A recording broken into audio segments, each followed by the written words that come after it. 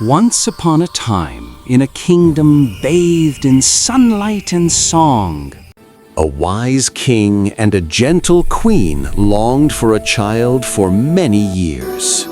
At last, their wish was granted. A daughter born on a spring morning.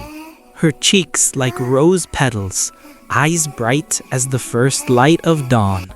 They named her Briar Rose, a name like a promise and a bloom. To celebrate, the king arranged a grand feast and invited all the good fairies. There were 13 fairies in the land, but only 12 golden plates. One by one, the fairies stepped forward to bestow their gifts. The first blessed her with unparalleled beauty. The second gave a voice that would charm every listener. The third gifted kindness, a compassionate heart that would warm others. The fourth granted wisdom and insight beyond her years. Gifts of courage, grace, healing, love for nature, and music followed.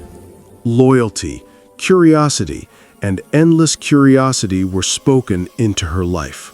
The 12th fairy lifted her voice, and the hall fell hushed. Then a cold gust rushed the doors, and a shadow swept through the room. The 13th fairy arrived, forgotten, furious, her eyes like ice. "I was not invited," she said. "Very well." Her voice struck the hall. "On her 15th birthday, she shall prick her finger on a spindle and die." A gasp like thunder rolled through the great hall. Panic filled the room. The 12th fairy stepped forward with sorrow in her eyes. "I cannot undo this curse," she whispered, "but I can soften it. She will not die. She will sleep for 100 years." The king, desperate, ordered every spinning wheel destroyed across the realm. For years, the kingdom obeyed. No spindle, no wheel touched inside the walls. Briar Rose grew, curious and kind, shielded from the world's small dangers. She laughed, learned, danced, and asked questions that made elders smile. But in quiet moments, she wondered about the things she'd never seen.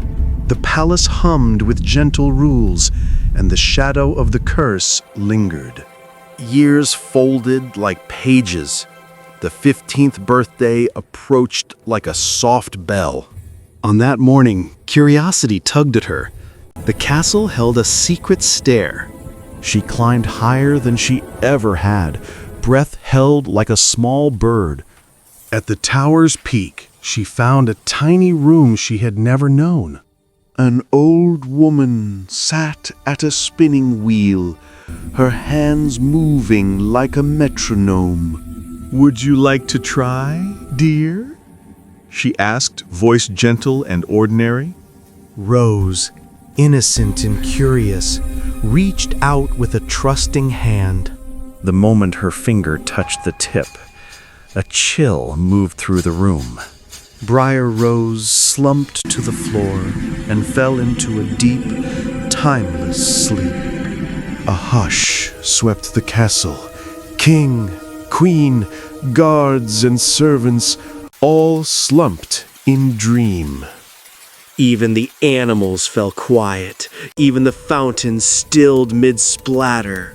Outside, overnight, a forest of thorny vines sprang up around the walls. Thick, impenetrable, they curled and knotted until the castle was hidden. The kingdom faded from memory. The castle became a rumor, then a legend. Many brave souls tried to reach the sleeping princess, but failed. 100 years passed. Stories stretched into songs and myth. Far away, a young prince named Philip heard the tale as a boy. The story lingered in his dreams. A face like morning, a voice like a bell. Years later, moved by something he could not name, he set out to find her. He rode across valleys, over rivers, through storms that tested him. His resolve never faltered. His vow was simple: I will find her. At last, he reached the edge of the thorn forest, where the air tasted like silence. He drew his sword, but the thorns did not attack. They opened for him. It felt as if the castle itself remembered that its time had come. Inside, the halls were a study in suspended time. Dust in beams of light. Portraits looked down with painted eyes that had not changed in 100 years. The prince walked past sleeping guards and tapestry that had gathered dust. He climbed the tallest tower and found the chamber where Briar Rose lay. She was, as the songs had promised, tranquil, untouched by time and impossibly graceful. Philip knelt beside her, every breath held like a prayer. He took her hand in his, reverent and very, very gentle. He pressed a soft, solemn kiss to her hand, a simple act of courage. And as if the world itself had been waiting, Rose stirred and breathed. Her eyelids opened to golden sunlight. She looked around with wonder. "Did you wake me?" she whispered, voice fragile as a new leaf. "It seems I did," the prince answered, his voice steady and relieved. As he spoke, motion returned to the castle like music rising from sleep. The king blinked. The queen reached for her hands, and tears came like rain. Outside, the birds began to sing. Fountains rippled back to life. Word of the miracles spread like light through open windows. The kingdom rejoiced. Bells rang, banners unfurled, music filled the streets. Briar Rose and Philip walked through the halls, hand in hand, rediscovering small wonders. They laughed at the awkward stiffness of a time that had held its breath. The old thorns outside softened, turning back into vines and blooming roses. The kingdom awakened not only in body, but in hope and joy. A great celebration followed. Music, food, and stories into the night. In the days after, Briar Rose learned about the 100 years she had missed. She asked soft questions about faces she had never met, about small changes. Philip stayed by her side, patient and protective, never rushing her heart. They spent afternoons restoring the gardens, listening to elders, rebuilding trust. The people watched as their princess became a leader, kind, wise, and brave. She used the gifts of the fairies, music to comfort, wisdom to guide. Philip and Briar Rose grew into partners, not just in love, but in rule. They rebuilt schools, tended fields, and reopened markets with fairness and hope. The kingdom's fortune was not wealth alone, but a renewed sense of belonging. Songs were written about patience, about waiting through dark seasons. Parents told children not only the tale of magic, but of courage and care. Briar Rose often walked alone at dawn to watch the light change the world. She would trace the path of the sun and think of the future she could build. Philip stood nearby, ready to shoulder burdens, but always letting her lead. Their wedding was not just a union, it was a promise to a people. Vows were spoken in warm daylight, and the music carried the hilltops. The old fairies watched from invisible lanes of the sky, smiling with relief. The castle was never quiet again. Laughter became its permanent echo. Briar Rose used the gifts she had been given to heal and inspire.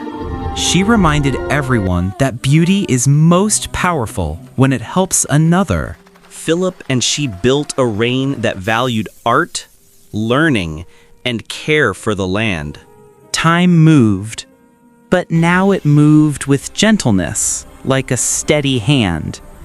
Years later, people still told the tale, not to frighten, but to teach. Wait with courage, they said. Nurture the heart that waits for dawn. And the kingdom of Everdawn became a place where sleep could be healed. The lesson was simple. Patience, courage, and true care can bend even fate. Briar Rose later looked out from the palace window and felt gratitude. She had slept through 100 years, but she woke to a world she could love. People often asked her which gift mattered most, beauty, wisdom, or courage. She would smile and reply, "The one you give to others." And so the legend changed. It became a story of healing, not only rescue. Artists painted it, singers sang it, and children played at being brave. In the quiet moments, Briar Rose would sit where the thorn once was and write. She wrote letters of gratitude, plans for schools, and notes to future children. Philip stood always as a steady presence, proud but humble beside her. Together they taught that true love is also patient work and shared duty. The castle gates opened often now, welcoming travelers and storytellers. People came seeking wisdom and left carrying seeds of kindness back home. The fairies' gifts continued to ripple through generations like a quiet tide. The fairies' gifts continued to ripple through generations like a quiet tide. And every spring, roses would bloom thicker than anyone remembered. The years wrote themselves gently across faces, not as sorrow but as wisdom. When asked how she would be remembered, Briar Rose would simply laugh. "Tell them to remember kindness," she'd say, "And to wake each other when needed." The legend of Briar Rose became less about a single kiss and more about 1,000 small acts. It became a parable, a reminder that time itself can be healed by love. And so Everdawn thrived, a place born from sleep but kept by wakefulness. Briar Rose often stood at dusk thinking of those quiet 100 years. She honored the silence that had shaped her and the voices that had found her. On quiet nights, she listened to the wind and heard echoes of that long sleep. But those echoes no longer frightened. They reminded people to hold each other close. Years rolled on. New children chased butterflies where thorns once lay. The story traveled beyond borders, a quiet legend of resilience and care. In the palace, Briar Rose and Philip grew old together, still learning every day. They taught rulers after them to choose mercy over fear, service over splendor. When Briar Rose's hair had silver, she still carried a childlike wonder. Wake each other, she told young leaders. Wake with kindness. On the last day of her life, she watched the sunrise one last time. The kingdom mourned, then celebrated, for a life well lived is a gift to all. Her tomb was simple, marked by a single rose carved into stone. People left notes of gratitude and promises to be kinder to each other. And the tale of Briar Rose became a lesson in how to truly awaken. Not by a single heroic act, but by countless small, steady ones. The last lines of the story read in every home, "Wake each other with kindness." In Everdawn, the roses grew, the songs grew sweeter, and children learned to listen. The magic that once bound them now flowed through daily acts of care. And somewhere beyond the visible, perhaps the fairies still smiled. for 100 years had taught something the world needed to remember. That true courage is not loud. It wakes people with patience and care. And so the kingdom lived and loved forever after, waking each other every day.